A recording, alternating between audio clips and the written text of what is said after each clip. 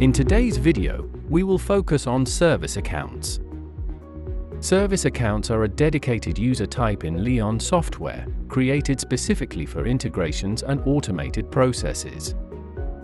Its primary purpose is to enhance security, transparency, and traceability whenever the external systems interact with Leon. To create a service account, simply go to the Admin panel, Users section, and create a new user.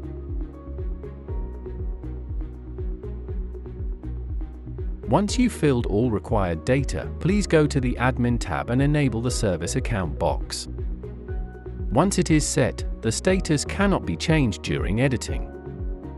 Service accounts cannot be used to log into Leon, as they are not intended to act as real users, but for technical operations performed by external applications or integrations. To assign the service account to an integration, go to the Add-ons section in the Admin panel. Next, select the integration that you would like to configure, open the Configuration tab and assign the service account. After saving the configuration, all changes made by the integration will now be attributed to the selected service account in Leon's history. Service account assignment is available only for integrations configured at the operator level, not for the user level integrations.